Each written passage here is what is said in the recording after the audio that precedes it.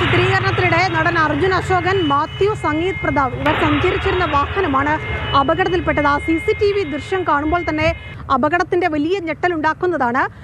Car വന്നിടിച്ച് തലകീഴായി മറയുന്നതാണ് ആ ദൃശ്യങ്ങളിലുള്ളത്. ഈ കാണുന്ന വാഹനമാണ് അപകടത്തിൽപ്പെട്ടത്.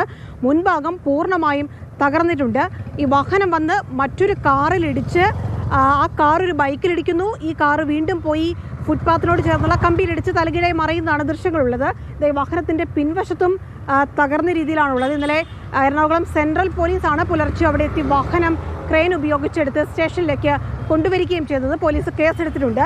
ഈ വാഹനം വന്ന് ഇടതുവശത്തു കൂടി പോവുകയായിരുന്ന ഈ കാണുന്ന വെള്ള കാറിലിടിച്ച് തലകീഴായി മറിയുകയായിരുന്നു. ഈ കാറ് പോയി ഒരു ബൈക്കിലിടിക്കുന്നുണ്ട്. അങ്ങനെയാണ് ഈ ഭാഗത്ത് ചളുക്കുകളുണ്ട്. ഒപ്പം തന്നെ മറ്റു ഭാഗത്തെ മിറർ അടക്കം പോവുകയും ആ ഭാഗം തകരുകയും ചെയ്തിട്ടുണ്ട്. എന്തായാലും ഈ രണ്ട് വാഹനത്തിലും ഉണ്ടായിരുന്ന ആളുകൾക്ക് പരിക്കില്ല എന്നതാണ് ആശ്വാസകരം.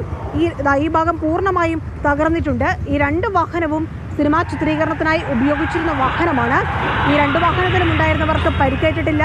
അർജുൻ അശോകൻ, സംഗീത്, മാത്യു ഈ 3 പേർക്കും നിസ്സാരമായ ചില പോറലുകൾ അടക്കമുള്ള പരിക്കുകളേ ഉള്ളൂ. അവർ ആശുപത്രി വിടുകയും ചെയ്തിട്ടുണ്ട്. ഒപ്പം ബൈക്കിലുണ്ടായിരുന്ന ആൾ മറിഞ്ഞു വീഴുകയായിരുന്നു. അയാൾക്കും പരിക്കുകളില്ല എന്നതാണ് ആശുപത്രിയുമായി ബന്ധപ്പെട്ടപ്പോൾ അറിയാൻ കഴിഞ്ഞിരിക്കുന്നത്. എന്തായാലും ഈ അപകടശേഷം ആ CCTV ദൃശ്യങ്ങളും പിന്നീട് ഈ കാറിൻ്റെ ദൃശ്യങ്ങളും ഒക്കെ കാണുമ്പോൾ അപകടത്തിൻ്റെ ഒരു വ്യാപ്തി മനസ്സിലാകുന്നു. എന്തായാലും ഭാഗ്യമെന്ന് പറയാം.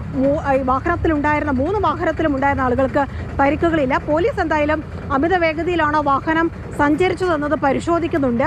CCTV ദൃശ്യങ്ങളടക്കം പരിശോധിച്ചുകൊണ്ടാണ് പോലീസ് അത് അന്വേഷിക്കുന്നത്. ഒപ്പം തന്നെ അതനുസരിച്ചായിരിക്കും കേസെടുക്കുക. ചിത്രീകരണത്തിന് ഇവർ അനുമതി വാങ്ങിയിരുന്നതാണ് എറണാകുളം സെൻട്രൽ പോലീസ് വ്യക്തമാക്കിയിരിക്കുന്നത്. ക്യാമറമാൻ ആന്റണി ഗരിഗരിക്കൊപ്പം കൊച്ചിയിൽ നിന്ന് റിയ, മാതൃഭൂമി ന്യൂസ്.